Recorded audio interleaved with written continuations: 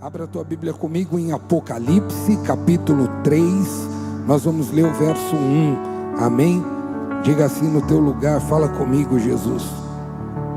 Diga no teu lugar, essa carta é para mim, Jesus. Pode dizer, profetiza, profetiza. Diga no teu lugar assim, baixinho, não precisa gritar não, mas diga, ainda bem que eu vim, ainda bem que eu vim parar, ainda bem que o Espírito Santo me trouxe aqui hoje, graças a Deus. Sabia que ir a uma igreja é muito espiritual, né? Você que está aqui hoje, foi Deus quem te trouxe. Apocalipse 3, versículo 1. Quem achou, diga amém. Vamos ler. Bob, se puder me dar um pouco mais de vida aqui assim, ó. Você me ajuda, tá bom? Ao anjo da igreja em Sardes escreva: essas são as palavras daquele que tem os 7 Espíritos de Deus e as 7 estrelas. Conheço as suas obras. Você tem fama de estar vivo, mas está morto. Esteja atento, fortaleça o que resta e que estava para morrer, pois não achei suas obras perfeitas aos olhos do meu Deus. Lembre-se, portanto, do que você recebeu e ouviu, obedeça e arrependa-se. Mas se você não estiver atento, virei como um ladrão, e você não saberá a que hora virei contra você. No entanto, você tem aí a Sardes, uns poucos que não contaminaram as suas vestes. Eles andarão comigo, vestidos de branco, pois são dignos. O vencedor será igualmente vestido de branco. Jamais apagarei o seu nome do livro da vida, mas o reconhecerei diante do meu Pai e dos seus anjos. Aquele que tem ouvidos, ouça o que o Espírito diz às igrejas. Sardes era uma cidade muito rica. Sardes era uma cidade que vivia de uma glória antiga. Ela era a capital de Lídia, e eu, quando cheguei nas ruínas de Sardes, é a ruína mais impressionante de se ver. Eu já estou profetizando, e quem sabe agarrar a palavra profética, você vai ter um segundo para agarrar se você quiser agora. Eu já estou profetizando que em 2026 a gente vai junto visitar as 7 igrejas do Apocalipse. Eu já estou profetizando que nós vamos junto fazer essa viagem para a Turquia, e você vai ver o que eu estou te falando. Quando você entra na cidade onde está as ruínas de Sardes, você fica impressionado, porque é muito linda. É a obra mais suntuosa, mesmo sendo uma ruína, ela parece nova, de tão linda que é. Quando você está entrando assim, antes de entrar na ruína da igreja, primeiro você passa por uma arena, como se fosse uma arena, um lugar muito lindo, com aquelas colunas grego-romanas, sabe, com aquelas coisas suntuosas, aquela coisa linda. Você fala, não é possível que não foi construído isso aqui agora. E ele fala, não, isso aqui são ruínas, e esse era só o pátio da casa do imperador. Era o lugar onde ele fazia as suas brincadeiras de cavalo, de esportes. Era o lugar onde ele usava para se exercitar, como se fosse o quintal da tua casa. Mas é um negócio suntuoso. Quando você entra na ruína da igreja, a gente estava numa excursão de pastores, então, como pastores, a gente já vai logo sonhando com a igreja. Tem um hall de entrada, irmão, que você fala, meu Deus, é muito lindo, com aqueles pisos de mosaico, com aquelas coisas maravilhosas. E a gente até brincando ali, dizendo, olha, eu queria que o hall da minha igreja hoje fosse igual a esse daqui, de tão bonito. Agora você imagina o que era isso para a sua época. Só que Sardes, embora fosse uma cidade antiga e rica, ela era conhecida pela sua glória passada. No tempo de João, quando essa carta é enviada ali por João, através de uma visão do Apocalipse, nesse tempo, essa igreja de Sardes estava em decadência. Ela estava vivendo da memória do que ela já tinha vivido um dia. Quando a gente começa a abrir essa carta, você vai ver que ela é uma igreja muito confrontada, não há muitos elogios, mas aparentemente também ela não estava sofrendo perseguição, ela não estava em embate doutrinário de heresia, não, parecia que não tinha nada de errado com ela. Mas só tinha uma coisa que Jesus começa já a ressaltar: ela estava vivendo de passado. E antes da gente mergulhar nessa carta, eu quero profetizar sobre cada um que aqui está: você não vai ser como um museu que vive de passado, porque para a tua vida Deus tem coisa nova para fazer, irmão. Eu quero profetizar hoje aqui que por mais que tenha sido extraordinário tudo aquilo que você já viveu, louvado seja o nome de Jesus, mas eu não vou viver de glória passada, porque eu vou preferir viver de glória em glória e de vitória em vitória. Aleluia! Eu não vou querer viver contando daquilo que um dia foi bênção na minha vida. E aqui a gente começa a entrar na carta e eu começo a perguntar para você: quem conhece alguém que ele anda com Jesus, mas ele só anda com Jesus falando daquilo que um dia ele já foi bênção? Quem conheceu alguém assim já? Quem já conheceu alguém que fala: não, eu sou convertido, mas em 1990 eu era uma bênção, eu fazia, acontecia. Quem já conheceu alguém que ele vem falar com Deus e ele fala assim: Deus, porque hoje eu não estou fazendo nada, mas um dia o Senhor sabe tudo aquilo que eu já fiz. Eu vou separar dois grupos aqui: o de gente culta e o de gente não culta. Vou começar com os de gente culta. Quem aqui gosta de museu quando vai viajar? Levanta bem alto a mão para o céu. Os cultos. Não tenha vergonha não. A gente que tinha que ter vergonha de não levantar. Você tem que ter orgulho de levantar, que você é cultura. Olha, 4 mãos levantadas, 4 cultos aqui. 4 para 2.000, qual que é o percentual de 4 para 2.000, seu Mário? Vê se tem esperança para nós, pastor, porque tem 4 mãos levantadas. Quem aqui quando vai numa viagem, fala assim: eu gosto de ver o museu, eu gosto de avaliar as obras, eu gosto de ver com detalhe. Quem aqui gosta? Levanta bem alto a mão para o céu. Muito bem, levantou para 10. Quem aqui é da turma do que fala: pronto, já vi, vamos comer? Levanta a mão para o céu. Pronto, já. Aleluia, está visto. Quem que é da turma do que? Tudo bem, a Mona Lisa, bonita, vamos ver outra coisa lá. É desse jeito, não devia ser, mas é desse jeito. O problema é que tem gente que está pegando a sua vida e está deixando a sua vida se transformar em um museu. Posso profetizar algo aqui? Eu quero profetizar aqui no meio do povo de Deus que a tua vida não vai ser um museu de lembrança passada. Eu quero profetizar aqui no meio do povo de Deus que quando o apóstolo vai dizer: esqueça das coisas que para trás ficam, tem muita gente que pensa que é para esquecer do que é ruim, mas é para esquecer do que é bom também, porque ele está dizendo: não é que você vai ter uma amnésia, você vai guardar com carinho todas as tuas lembranças, mas você não vai viver de passado. Você vai se levantar e vai dizer: tem algo maior para eu viver. Aleluia! Tem algo na frente para eu viver. Tem algo na frente me esperando.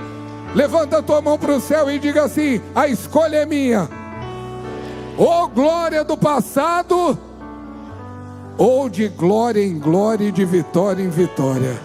Então vamos lá. Quem quer viver de glória do passado? Quem quer viver de glória em glória e de vitória em vitória? Foi maravilhoso hoje, tem glória nova amanhã. Foi maravilhoso hoje, tem tempo novo amanhã.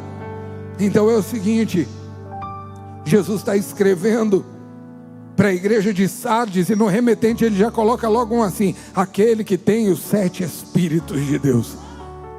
Ele está escrevendo para a igreja de Sardes, e ele já está dizendo no remetente assim: aquele que tem as 7 estrelas. Sabe o que ele está dizendo? Aquele que tem a plenitude do Espírito, aquele que tem a perfeição. Os 7 Espíritos representam, não fala de 7 Espíritos diferentes, não, fala da plenitude do Espírito Santo de Deus. Fala de Isaías 11:2, o Espírito do Senhor repousará sobre ele, espírito de sabedoria, de entendimento, de conselho, de poder, de conhecimento, de temor. Era Jesus escrevendo, os 7 Espíritos de Deus é quem está te escrevendo.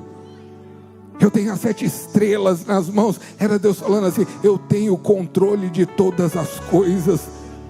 Eu tenho o controle de todas as coisas. Então isso mostra que Sardes, ao contrário dessas outras igrejas que a gente já estudou, Sardes não sofria, por exemplo, com os nicolaítas, ela não sofria com a doutrina de Balaão, nem com o espírito de Jezabel. Não. Sardes, ela não estava sofrendo de uma perseguição com heresia. Então qual que era o problema de Sardes? É que ela foi se acostumando tanto com a secularização, ela foi se acostumando tanto com aquela beleza, ela foi se acostumando tanto em ser tão bonita, em ser tão boa, ela foi se acostumando tanto em ser tão grande, em ser tão poderosa, que o problema é assim, né? Tem gente que Deus te coloca em algum lugar, e quando Deus te coloca, você esquece que depende dele para continuar naquele lugar, né? Tem gente que é assim, né? Deus te levanta e te coloca num lugar, e quando Deus te coloca nesse lugar, agora você está desesperado, doido, preocupado. Você já viu gente que é assim? Ele não tinha nada. Quem aqui, irmão, tinha nada na vida? Levanta bem alto a mão para você. Nada. Eu era pobre, cego e nu. Levanta a mão para você. Tinha nada mesmo, nada. Não tinha nada. Aí Deus te deu.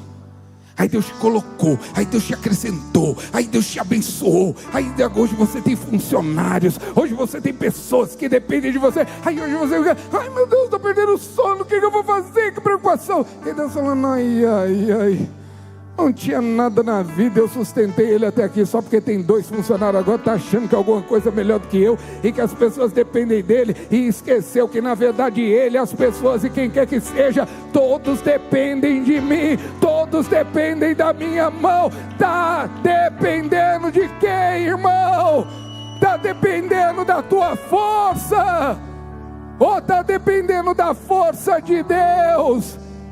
Porque Sardes começou a relativizar as coisas, sabe?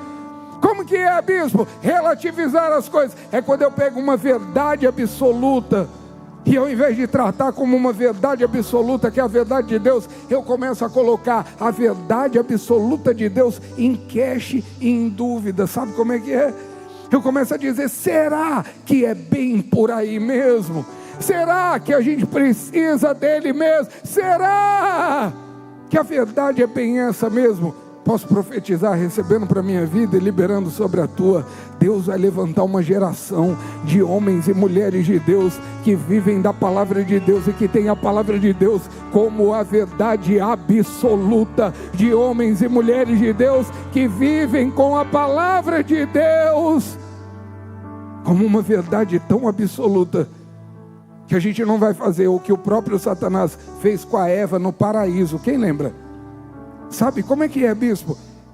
Relativismo. Relativismo é do diabo. É só você lembrar da serpente no paraíso. É toda vez que você pega uma palavra de Deus, ele vai dizer, mas também não deve ser bem assim, né? Quem nos últimos tempos ouviu alguém dizendo, quando você foi se posicionar em alguma coisa biblicamente, alguém dizendo assim, também não precisa ser tão radical assim, né? Quem já ouviu isso? Levanta a mão para o céu. Irmão, vai falar para um jovem hoje casar virgem. Ele vai também, bispo. O que é? A palavra de Deus mudou e eu não estou sabendo? Vai falar para um casal ficar casado até que a morte os separe. E também não é tão assim, né? Não, como é que é? Me explica. Vai falar para alguém hoje em dia ser dizimista. Ixi, até parece que Deus está falando. Então a gente está pegando a palavra de Deus e a gente está querendo ser mais esperto que Deus. Tem um monte de gente que vive assim, né? Ele vai num profissional, por exemplo, ele vai numa nutricionista. Quem já foi? Levanta a mão para o céu. E quem já saiu dela achando que você sabe mais que ela? Levanta a mão para o céu. A gente vive na geração dos espertão. Bate na mão que está do teu lado e fala: e aí, espertão? A nutricionista mandou você comer isso, mas ela não sabe de nada, espertão. Quem sabe é você. Você que é o bom, entendeu? Você que é demais. O nutricionista não sabe nem que dia é hoje. Então ela falou: come essa aveia, que essa aveia vai ajudar você. Essa aveia, essa nutricionista é mamada. A gente está numa geração de espertão. Posso profetizar? Fala assim para Deus: eu não quero ser mais esperto que a tua palavra. Eu não quero relativizar a tua palavra. Eu não quero ser igual a serpente no paraíso. Como, bispo? Deus não falou para Eva: não comer do fruto daquela árvore? Sim ou não? Sim ou não, igreja? Só que Gênesis 3:1 vai falar assim, que ora, Gênesis 3:1, a serpente, a mais sagaz de todos os animais selvagens que o Senhor Deus tinha feito, perguntou à mulher o seguinte: foi isso mesmo que Deus disse? Ele disse mesmo: como de nenhum fruto das árvores do jardim. Olha a confusão aí.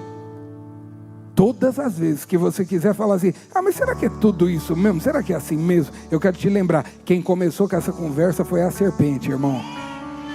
Eu quero te lembrar, quem começou com essas histórias foi a serpente.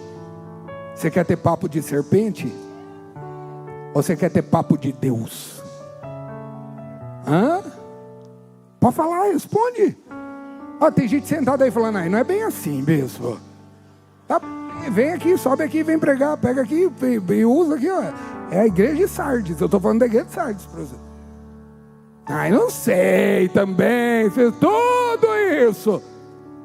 Fala assim: Deus, me livra da ação da serpente.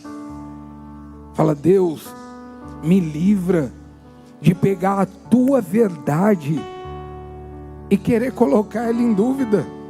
A verdade de Deus é a verdade mais linda, mais absoluta, mais maravilhosa. Nele não há erro. E eu vim profetizar: nós conheceremos essa verdade, e essa verdade nos libertará.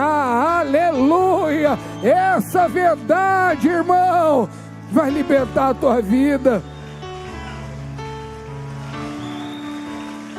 Tá bom, bispo? Então me explica qual era o problema da igreja de Sardes. Explico.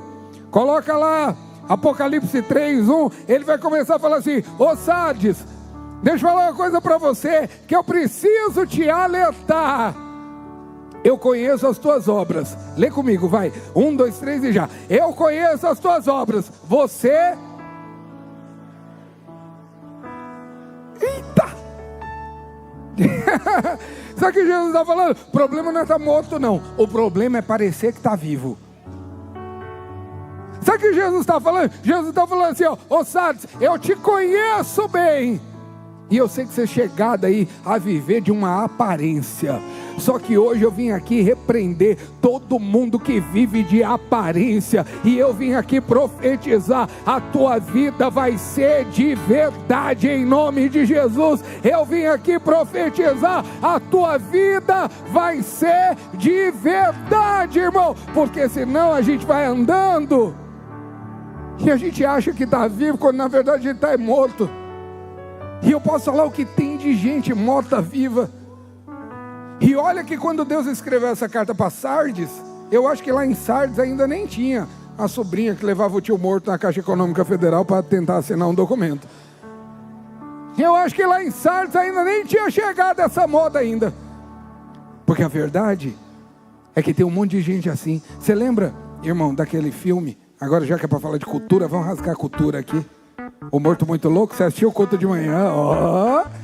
Lembra? Alguém tem um óculos de sol para me emprestar? Alguém teria aí? Só de manhã que vem com óculos de sol, né? Alguém tem um óculos escuro aí para me emprestar?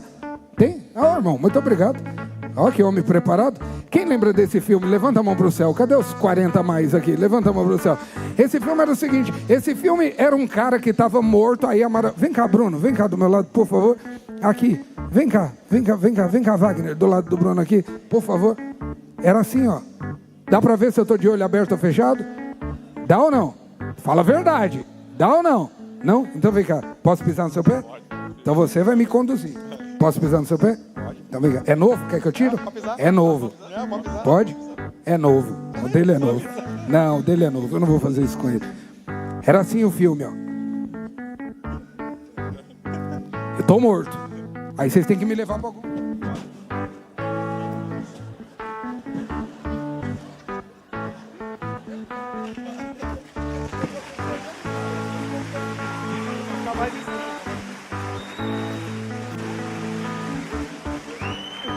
Aí, ó, vira pra lá. Eita, aqui não. Deixa a minha perna. Aí, você sabia que hoje em dia tem muita gente vivendo assim? Tem muita gente andando assim. Pra lá, irmão. Esse lado esquerdo também é pesado que o direito. Olha aqui pra mim, quem tá vendo meu olho? Fazer um teste com você. Quem acha que eu tô de olho aberto agora, levanta a mão pro céu. A minoria. Então quem ficou de mão abaixada errou, você não sabe nem que dia é hoje. Fazer mais um teste agora. Fecha um pouquinho mais minha perna, por favor. Aí, obrigado. Fazer mais um teste. Quem acha que eu estou de olho fechado agora, levanta a mão para o céu. Muita gente errou que eu estou de olho aberto. Sabe o que eu quero dizer para você? Eu quero dizer para você, irmão, que quando Jesus está olhando para você, Jesus não está esperando que você viva uma vida arrastado. Por isso é que quando Jesus nos dá a salvação, Jesus fala assim, ó, eu vou te dar vida, e eu vou te dar vida em abundância. Sabe o que eu quero falar para você hoje aqui, antes de botar esse óculos de novo?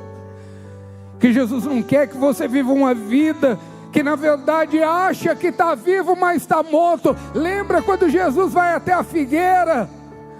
Lembra quando Jesus vai lá na figueira e ele fala assim, deixa eu ver se tem figo aí, Mateus 21:18, quem lembra disso? Aí ele vai lá na figueira, ele estava com fome, verso 19, vendo a figueira à beira do caminho, aproximou-se dela, mas nada encontrou a não ser folha. Aparência tinha, mas não tinha fruto, e Jesus amaldiçoou aquela figueira e ela secou. Então você pode falar assim, oh bispo, mas nem era época de fruto. Nem era época de fruto. Por que que Jesus fez aquilo então? É porque na verdade quando você vai conhecer um guia lá em Israel, ele vai te explicar o seguinte, que figueira, ela dá figo na estação. Figo maduro, figo bom, figo grande. Mas fora da estação ela também dá figo. Fora da estação ela dá um figo pequenininho, não é tão gostoso quanto o grande da estação, não é tão suculento quanto o grande da estação, não é tão doce quanto o grande da estação, mas pelo menos dá para matar a fome de quem tem fome. Então quando Jesus estava repreendendo aquela figueira, não é porque ela não tinha dado o máximo, é porque ela não estava fazendo nem o mínimo. Tem gente que entrou aqui hoje, eu não faço o máximo, porque eu trabalho, eu não tenho como fazer e pegar minha vida. Tá, mas você não pode fazer nem o mínimo. Você não pode ser um missionário na África, beleza, mas você não pode falar de Jesus para alguém que está trabalhando do teu lado o dia inteiro, irmão. Tá bom, legal, eu quero, um dia eu vou ser pastor, eu vou ter uma igreja, aleluia. Mas você não pode fazer nem o mínimo, você não pode ser voluntário no ministério. Você não pode fazer alguma coisa para Deus. O que Jesus sempre confrontou foi aquilo que parece ser, mas não é. A gente cantou hoje aqui da mulher que era pecadora e que Jesus mandou não atirar pedra nela. Jesus não confrontou ela, Jesus só falou, vai e não peque mais. Sabe quem Jesus confrontava? Jesus confrontava a hipocrisia dos fariseus. Jesus confrontava a falsa religiosidade, a falsa piedade. Jesus confrontava, sabe quem? Gente que tem aparência e até ele acredita que ele é aquilo. A gente vive numa geração onde nunca foi tão fácil viver de aparência. A gente vive na geração das redes sociais, onde todo mundo é feliz demais na rede social, irmão. A gente vive na geração das redes sociais, onde você pode pôr uma foto querendo dizer uma coisa que na verdade nem é. Quem aqui nunca? Levanta a mão para o céu. Você pode colocar, eu já fui em festa chata, evento chato, que eu estava lá, já estou meio velho, ah meu Deus, eu quero ir embora, eu quero ir para casa, eu não quero ficar aqui. E alguém falou, vamos tirar a foto, eu falei, Você está rindo é que você já fez também. E quem está olhando a foto está dizendo, uau, que foto! Então vamos parar de viver de aparência. Talvez você entrou aqui assim hoje. Me leva mais um pouquinho, só até ali. Bota a música aí, irmão. Até ali tá ótimo. Aqui tá bom. Cá.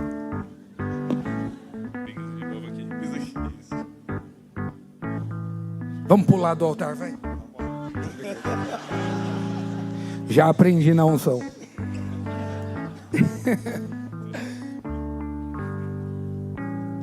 Posso profetizar? Tem gente que entrou aqui assim, ó. Igualzinho eu tô. Tem vontade de nada. Só anda porque alguém está arrastando. Não está dando o máximo. Não está dando nem o mínimo. Tem gente que entrou assim, igualzinho eu tô aqui. Mas posso profetizar? Hoje Deus vai começar a fazer assim em você, ó. Obrigado.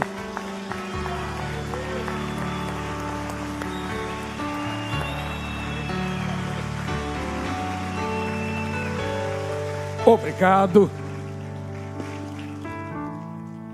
Obrigado. Porque eu posso gritar. Eu tô vivo. Vamos gritar? Antes de aplaudir, peraí, depois você já aplaude como quem tá mesmo. Vamos gritar? Mas gritar, sabe o que é gritar, né? Quem tá visitando falando, meu Deus, eu posso também? Pode. Vamos? 1, 2, 3.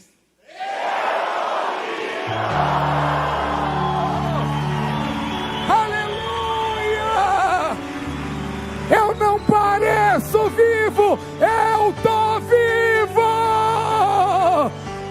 Eu não pareço vivo, eu tô vivo, irmão! Então ele vai mandando a igreja, a carta para a igreja de Sardes. E a carta começa para a gente dizendo, faça o básico pelo menos. Faça o básico. E aí o próximo versículo, Apocalipse 3:2, ele vai falar assim, ele vai falar, tenho mais duas coisas para te falar. Apocalipse 3:2, ele vai dizer, esteja atento e fortaleça o que resta para morrer. Então duas coisas que eu quero te falar. Primeiro, fique atento à tua vida espiritual. Eu vim profetizar hoje. Tem gente que vai levantar como um guarda que vigia aqui, irmão. Tem gente que vai levantar aqui hoje. Você vai levantar. Sabe quem não baixa a guarda? Sabe quem não baixa a guarda? Deixa Deus colocar essa graça sobre a tua vida, de viver vigilante. Deixa Deus colocar essa guarda na tua vida. Deixa Deus colocar essa bênção na tua vida, de viver esperto, de viver vigilante, irmão. A gente está muito distraído hoje em dia. Sim ou não? Sim ou não? Eu estou vendo, estou indo nos lugares aí, não é denúncia não, mas é denúncia também. Esse dia eu falei para a bispa, eu falei, o sangue de Jesus tem poder. Olha aquela cena. A gente estava entrando num lugar, não lembro se era o banco, o que era. O guarda estava no celular. Eu falei para a bispa, você está vendo o que eu estou vendo? A pessoa que era para estar nos protegendo, está no celular. Mas dali a pouco você vai estar fazendo uma operação e o teu médico vai estar no celular. Sangue de Jesus tem poder.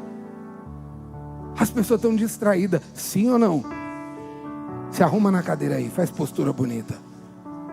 Abre o olho, bem grande. Se tu é pequenininho igual o meu, força, abre. Entendeu? Se você conseguir, tá bom. Abre o olho. Abre o olho. Vira para quem está do teu lado e fala assim: você tem que viver assim. Você tem que ficar atento. Você tem que identificar qualquer sintoma de frieza espiritual em você. Você tem que ficar atento. Você tem que saber de onde está vindo. Você tem que saber por que está te matando. Você tem que saber de onde é que está vindo esse desânimo. Você tem que saber de onde é que está vindo essa malignidade, irmão. Você tem que ficar atento. Ele escreve para Sardes e ele fala: fica atento. Tem gente que está desanimada e não sabe por quê. Também, irmão, você só ouve gente que só fala desgraça para você. Tem gente que tem a síndrome do pânico e você não sabe por quê. Também se liga a TV naquele jornal: fulano vai assaltar. Desse alimento, eu vim profetizar. Tem amizade que Deus vai afastar de você. Porque tem gente que Deus está dizendo: eu amo a tua vida. E porque eu amo a tua vida, tem gente que fala: eu fiquei triste porque fulano afastou. É porque Deus sabe o que Ele fala quando você não está perto, meu irmão. Deixa eu profetizar sobre a tua vida. Deus vai te levantar. E Deus vai te levantar como alguém atento na presença dEle. Deus vai te levantar como alguém vigilante. Você sabia que mesmo Sardes, sendo tão grandiosa, tão suntuosa, tão maravilhosa, você sabia que ela perdeu a guerra 2 vezes? É história, vai estudar, você vai saber. Sabe por que ela perdeu a guerra 2 vezes? Porque ela estava numa fortaleza tão alta, tão imponente lá, irmão. Você vê, nós estamos em 2025 e eu achei imponente hoje. Você imagina como é que não era. Sabe por que ela perdeu a guerra? Estuda a história de Sardes. Porque quando os inimigos foram atacar, eles encontraram os guardas dormindo. Porque os guardas zombavam, falavam: até parece que aqui entra alguém, nós somos muito poderosos. Vira para quem está do teu lado e fala assim: cuidado, para não estar dormindo a hora que o inimigo estiver entrando. Cuidado, para não estar dormindo, porque o perigo não é o inimigo ser forte. O perigo é você estar dormindo, irmão. O perigo é você não estar vigiando. Vigilante, vai. Espertão, vai. Todo mundo espertão, vai. Espertão. Quem recebe essa palavra? Segunda-feira você vai estar espertão, ligadão. Terça-feira você vai estar espertão, ligadão. Quarta-feira você vai estar tão espertão, ligadão, que você vai vir na quarta na cabana em nome de Jesus. Quinta-feira você vai estar espertão, ligadão. Sexta-feira você vai estar espertão, ligadão. Sabe por quê? Porque Jesus estava escrevendo para Sardes e dizendo assim: ó, fica atento. E depois ele escreve assim, é lindo, ainda no verso 2, ele escreve assim, ó, fica atento. E ele fala assim: você, ó, fica atento e fortaleça o que resta e que estava para morrer. Sabe o que Deus está falando aqui nessa carta, bispo? Não entendi. Deus está falando assim, ó, se você está aqui, é porque ainda não morreu. E se ainda não vai fortalecer aquilo que está na tua vida em nome de Jesus. E se ainda não morreu, você vai fortalecer. Tem muita coisa hoje que você entrou arrasado aqui. Quando a bispa chamou para vir na frente, eu fiquei tão impactado. E eu falei para ela de manhã, eu falei: você sabia que eu ia pregar assim? E ela falou: não, amor, eu não vi a palavra. Porque Deus está falando, aquilo que você está arrasado, você veio aqui até o altar, Deus está mandando dizer para você: eu vou fortalecer o que ainda não morreu, eu vou fortalecer a tua casa, eu vou fortalecer aquilo que você, não, financeira, tuas finanças, achando que Deus abandonou a tua vida sentimental. Deus está falando: pega o que tem ainda, e o que tem ainda, eu vou fortalecer, em nome de Jesus, irmão. Por que Jesus não está escrevendo para Sardes e dizendo assim: eu vou fazer uma coisa nova? Por que Jesus está escrevendo: não, eu vou pegar o que tem e eu fortaleço? Porque a gente hoje em dia prefere um novo, sim ou não? Quem aqui já teve problema no joelho? Cadê o jogador, cara, aí de plantão? Levanta a mão para o céu. Quem já teve problema no joelho? Quem já teve que fazer um fortalecimento de joelho? Levanta bem alto a mão para o céu. E por que você não pegou outro joelho? Não era mais fácil? Por que que você não falou para o médico? Por que você não falou para o médico? Arranca esse joelho fora aí que eu quero logo outro. O que o médico fala para você? Não, é o joelho que você tem. Nós vamos ter que fortalecer ele. Só que tem gente que entrou aqui hoje falando, eu quero outro casamento. É o que você tem. Você vai ter que fortalecer ele em nome de Jesus, irmão. Tem gente que entrou aqui falando, mas olha como é que eu estou. Pois é o que você tem. Você vai ter que fortalecer ele. Você vai ter que fortalecer ele. Era Deus falando assim, pega o restinho que tem. Pega o resto que tem um restinho. Talvez você entrou aqui hoje, você só tem uma lágrima. Bispo, tudo que eu só tenho uma lágrima. Pega o restinho que você tem. E esse restinho que você tem, o Espírito Santo hoje está falando com você. Você vai sair daqui, você vai fortalecer tanto. Você vai fortalecer tanto. Você vai olhar para o Senhor e vai falar, Senhor, eu estou entendendo. Você vai olhar para o Senhor e vai falar, Senhor, eu estou entendendo. Eu vou sair daqui hoje e eu vou entender que tem coisa que está assim na minha vida, porque eu preciso fortalecer, Pai. Que é uma regra que Deus vai te dar. A regra do começa a fazer o que tem que ser feito. Quando o bispo faz assim, conta 1, 2, 3 e vai, começa. Sabe quando você está meio com preguiça de levantar? Tem alguém aqui ou não? Imagina. Quem aqui já tocou o celular e você falou, o sangue de Jesus tem poder. Levanta bem alto, a mão para o céu. Quem já falou, essa semana eu vou fazer, acontecer, resolver. Aí a semana chegou, você não fez, não resolveu, não aconteceu. Levanta alto, a mão para o céu. Quem fez plano falou, essa semana eu começo. E aí falou, está muito corrida, não deu para começar. Levanta alto, a mão para o céu. Você vai para a regra assim, 1, 2, 3, começou. Vou fazer o que tem que fazer. Vou fazer o que tem que ser feito. Vou viver aquilo que Deus tem para a minha vida. Essa carta de Sardes, ela é bem curtinha. Mas quando você olha Sardes tão suntuosa, eu termino essa carta dizendo o seguinte para você, que o medo mesmo, o pavor mesmo, sabe qual é? Que a gente está vivendo uma rotina de ir para a igreja, uma rotina de ter uma religião, sabe? Como aquela pessoa que não tem mais a igreja como a verdade da vida dela, a palavra como guia da vida dela. Não, é só um hábito religioso. É só para dizer que eu fui. É só uma moda. É só para dizer que eu sou evangélico. Eu não sei, a gente está caminhando para um tempo que daqui a pouco, meu irmão, falar que é evangélico não vai ser mais um sinônimo de respeito. De dizer assim, sou evangélico. E aí a pessoa vai dizer, então você é honesto. Não, então olha, sua palavra basta. Porque se você é evangélico, você vai cumprir a tua palavra. Irmão, a coisa ficou tão doida. Você falar que é evangélico hoje é quase o oposto disso. É quando você fala assim, sou evangélico, então não vendo para você. Ai, que triste. Sou evangélico, então não tem palavra. Sabe qual é o medo?